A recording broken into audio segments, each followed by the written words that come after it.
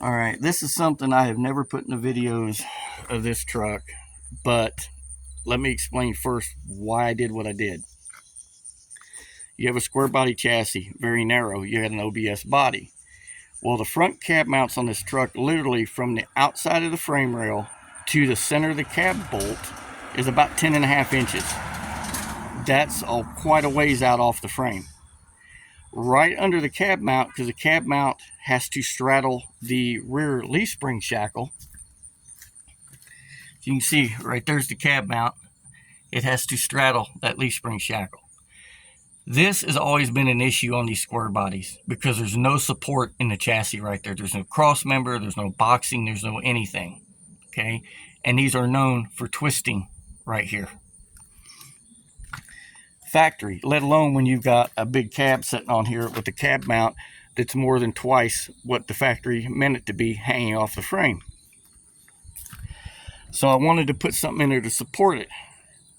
Now you could put a cross member on the bottom of the frame, but it's not going to do anything because all the stress is on the top of the frame rail. So you have to hold the top in.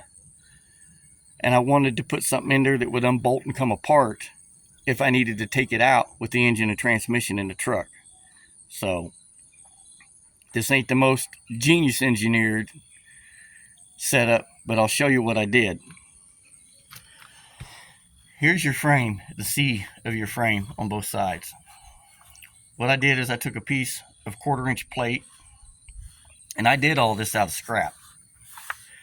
You got a piece of 1/4-inch plate that I believe is, I want to say it's 9 inches high, and it's 6 inches wide, butts right up against the cab mount. On the back side of it, I used some, it's either 1 or 1.5 inch, 1/4-inch flat bar, tapered the edges of it, and welded them on edge to give it some strength so the plate couldn't flex.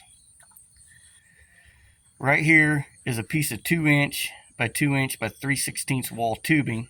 There's a 1/4-inch flange on this end of it. On this end, there's another 1/4-inch plate flange that extends above it with a 1/4-inch flat bar gusset right here. I used all the existing holes in the frame right here. I just took them from 3/8 up to 7/16, and then there's one big oblong hole that I used a big 1/4-inch piece of plate for a washer on it.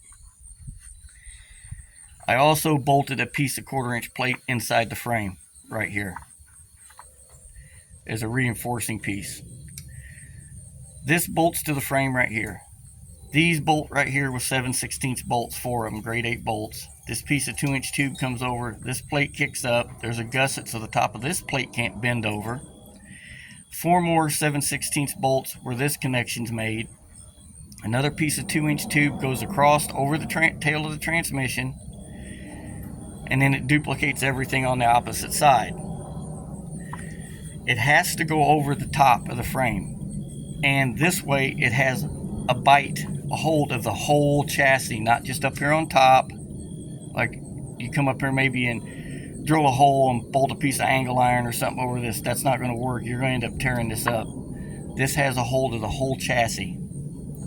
And what this does is, because them cab mounts are so far out off the frame, what it's going to want to do is try to rotate the top of the chassis out over time.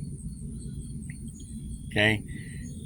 Square bodies are bad about this in this area anyway. So I did this to lock the chassis straight. And you have a cross member right over the well, it's not quite at the back of the transmission. It's right over where the tail housing, ahead of where the tail housing bolts on. But all of this tucks up in there perfectly. And this piece is actually kind of arched a little bit right here. We did bend this piece of tube a little bit to give it a little bit of a radius, which actually gives it more strength. But this is set up so I can unbolt it and take it out in 5 pieces if I need to.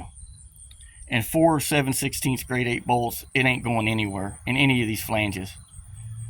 It's not going to move. And it gives it enough strength right here.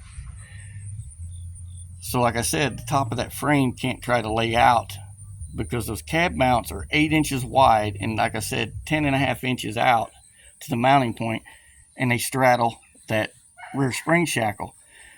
If it starts laying out, you run into risk of cracking the frame, binding up the shackle so it can't swing, wearing it out prematurely, wearing out the spring bushings. And then when it starts doing that, it's going to want to try to push the spring eye inward. Yeah, you don't want none of that going on.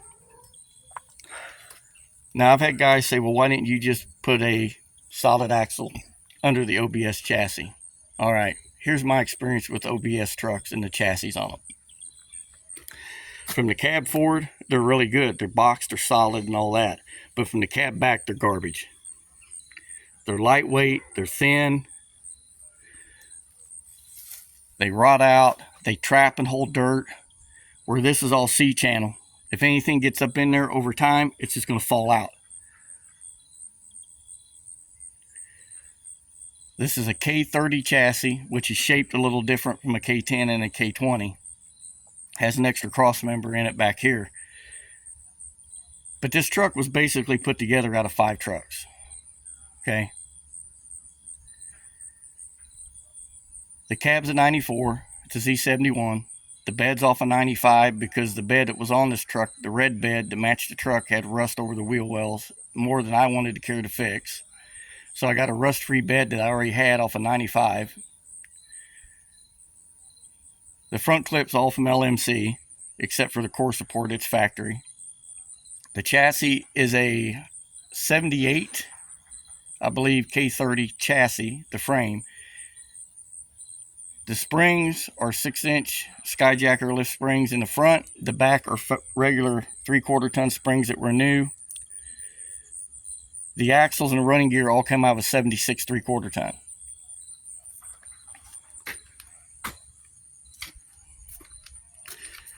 Some of the things that we did beforehand is I plated the frame on the outside and inside where the steering box goes to strengthen it, because they're known for cracking out. This one wasn't, thank God. But you can see right there's the cap mount. And you can see how far it is from where it bolts the frame clear out here to the center. It's like 10.5 inches from the frame to the center of the bolt hole. And those are held on with 6 3/8 grade 8 bolts. They're not going anywhere. And we redid them out of 3/16 plate from the 1/8 inch stuff that the previous owner mocked them up out of. I took them off one at a time and recreated them. And then I added extra plate where they bolt to the frame in the corners where it makes the bend. Because we didn't like cut it and weld it. We actually bent the plate and then put the bolt holes in it. So. And then of course the back cab mounts, they don't come out quite as far. I think they're 5.5, 6 inches out. And in order to get the cab to set level from what they had done, I put the front isolator in the back and the back isolator in the front to level it out, so you can see the body lines line up perfectly. And then the bed's got steel tube under it that bolts to the existing bed bolts. And then I took 1/4 inch angle iron tabs, 2x2 tabs, welded them to the tubing, and used the existing hole in the frame for the square body bed bolts. So we didn't have to drill the frame full of a bunch of new holes. And the bed's held all on with 1/2 inch bolts. So. And then I just got real long bolts. And the tubing that they had initially under the bed, there was nothing inside it to keep it from squashing when you tighten the bolts down.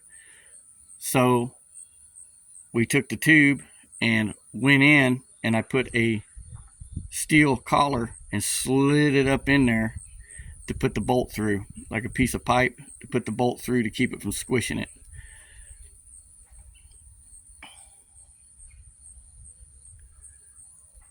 So just kind of took what he started, re-engineered it, beefed it up, and put it together. Because honestly, I don't care what the truck weighs. It's not a race truck whatsoever.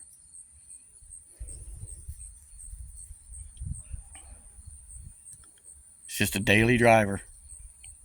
And by the way, the new engine's in. The truck runs amazing, drives amazing. There's no issues with it whatsoever. The gentleman that my son is friends with that works down there where they build these GM crate engines. And by the way, General Motors don't build these engines. They do all the GM's crate engines, all the GM's reman replacement engines, as well as a lot of other company stuff too. But when we said we wanted a L31 and he seen what it was going in, he more or less told my kid, look, he's not going to be happy with a 255 horse motor in that truck. He said, I can do you better than that. He said, it'll have smooth idle and all that. He said, but we can upgrade the engine a little bit to give it some more power. So he claims that this engine here that we got, it's all brand new. It's an 884 bolt block. It's got the forged crank in it. It's got the powdered metal rods. Compression's been upped from 9 or 9.3 to 1 to 9.6 to 1. It's got a upgraded low profile hydraulic roller cam in it. It idles smooth as glass. It's got the L31 heads on it. But I can tell you from driving it, it's got more than 255 horse. He claims it's around 350 with headers and a carburetor on it. So, but it's got a lot of torque down low. I'm happy as can be with it. It's actually got more oomph than what we had in it. And that engine, that'll be a whole nother video. I've got a bunch of still pictures to show everybody of what happened, what it looked like when we tore it apart. What ended up killing it was the camshaft. It had a comp cams cast core hydraulic roller in it. The cam broke right behind the second cam bearing, and it also had broke right behind the first cam bearing. That section of camshaft found its way out because when we tore it apart, that piece of cam lifters, push rods, and the number 2 cam bearing was all in the oil pan chewed up. And in the process of all that shit going down in the crank and the rods, it tore number 4 rod up really bad, bent it, and took a chunk out of the bottom of the cylinder on number 4 out of the block. So there was pan was full of antifreeze and everything else. It was a damn mess. So I'm not blaming anybody for doing it, but and you could clearly see on the cam core there was a big air pocket in that casting on that cam core, which don't surprise me because I've ordered a camshaft from Comp for another thing that we're doing for a family member, and the cam came and 3 of the lobes weren't even machined on it. You spend $530 for a roller cam, it needs to have all the damn lobes machined on it. 3 of them weren't even machined. So, but they also have been in the same stable as Edelbrock. And I can tell you shit about Edelbrock getting intakes with no holes drilled in them where you can bolt them on. Yeah. The castings are ugly. I don't know. So, here. Let me unlock this and I'll show you guys under the hood of this truck. I gotta roll this paper up. I don't want it blowing all over the yard. Wife will come home and get on to me. She took her mom to get new glasses. And she's got to come home and go to work. But let me open this up and I'll show you under the hood. Had an electrical issue that popped up right after we put this engine in. It turns out my 220 amp CS130 alternator from Speedway Motors was garbage. Couldn't chasing down why a brand new engine wants to idle rough. Well, it was a damn alternator not putting out enough voltage. Anyway, there it is. See how nice that intake looks? That's a $135 eBay intake. That intake is absolutely gorgeous. All the ports are nice. They're not like most of these Vortec intakes you'll see, the ports are all funky shaped. This one's nice. And anybody that does this, or they put a carbureted intake, or any intake for that matter, to a Vortec head, save yourself some time, headache, and money. The intake gasket you want to use is a Felpro MS 98 000T. They don't leak. They don't push out. They're good. They're pricey. They're like between 80 and 90 bucks for a set, but you get a set of valve cover gaskets with them, so you don't have to buy those. But yeah, they're nice. They got the little nubs to lock into the holes on the Vortec heads. They'll align them, and when you torque them down, snug the bolts.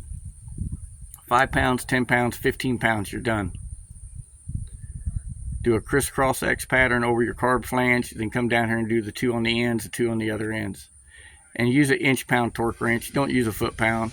I think 5 or 15 pounds is 118 inch-pounds, if I remember right, when we did this one.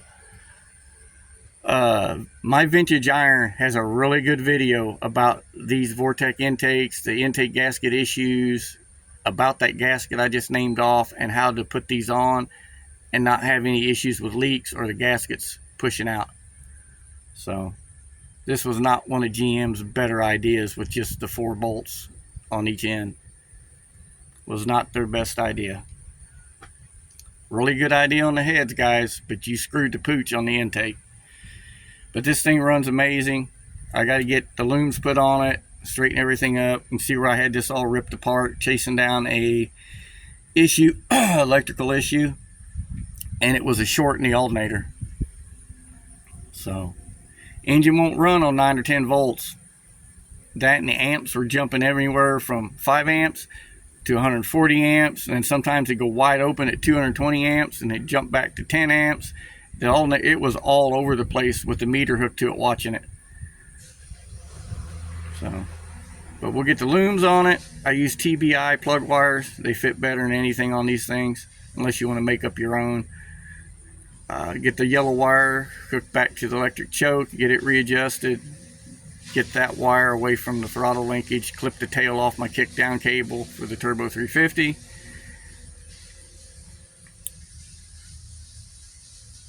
Transmission braided cooling lines for Hydro Boost lines. They're a little long. Yeah, all those relays up there, that's all the shit I added. Fuel pump relay, fan relays, power lock and power window relays, because I had to rewire the locks and windows and put all new switches in and make my own wiring harness for it. But yeah, these don't leak. And the fact that this is metric O-ring and the steering box is inverted flare, I couldn't use square body lines or OBS lines. So I had to put -6 fittings and everything, and then use the braided transmission lines, because AN hose wouldn't work. We put it on, and if you hit the stop on the steering and held it for just a split minute, it'd blow the hose out of the AN fitting. And I had vibrant fittings and vibrant hose on this thing, and it'd still blow the hose right out of the fitting. But get all this done, I gotta go up to O'Reilly's, because the fine MSD rotor yesterday, while it was sitting here running, the little metal tab that strikes all the posts for the spark plug wires decided to come off. It's sitting here, and then next thing you hear is and it died. Take the cap off. Sure enough, the damn little metal thing come off the rotor. So I'll go up and either get a new standard ignition cap and rotor, or an AC Delco from O'Reilly's. So should have known when it said MSD and it said made in China, something was going to be wrong with it.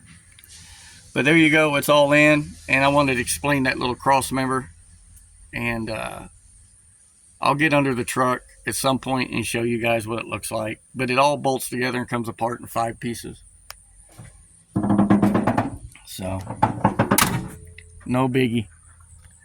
But like I said, it keeps the frame right there from trying to roll out on top, twisting it, because the cab mounts are out here so far.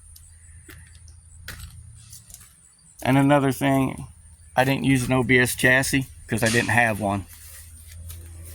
I bought the truck with the body just sitting on there. He fabbed up some mounts. We bolted the cab to the mount, seen it was off a little bit. The front bumper brackets weren't right. So we went back and leveled everything. Leveled the chassis up first. Then we got the cab where we wanted it in the front clip. Measured everything. Remade the mounts. Put it all back together. So there you go. But yeah, she's running and driving. So now let's get the bumper on it, fix some other cosmetic issues I want to do to it. Maybe even wet sand and buff the damn paint. I don't know. I can live with orange peel. It's shiny. That's all that matters, and it's all one color. So anyway, oh, I need those keys. I gotta adjust that door striker too a little bit. With all them new seals, them doors shut tight. New striker, new door lock assembly, all new seals. Everything in both doors is brand new. So, and I went with GM parts where I could get them. I didn't do the eBay window regulator, electric motor, or the door locks. I went and got them through the dealer.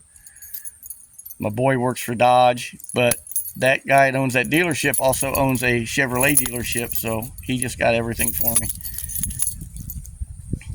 Basically at cost. So all the glass is new but the back window. So anyway, something else too, if any of you all know this, I might be dumb, but I'll ask. What are these clear LEDs supposed to be for? I got them hooked to my backup lights. So I don't know if they're a vanity light or what, but I hooked them up because they're pretty damn bright. I hooked them up to my reverse lights.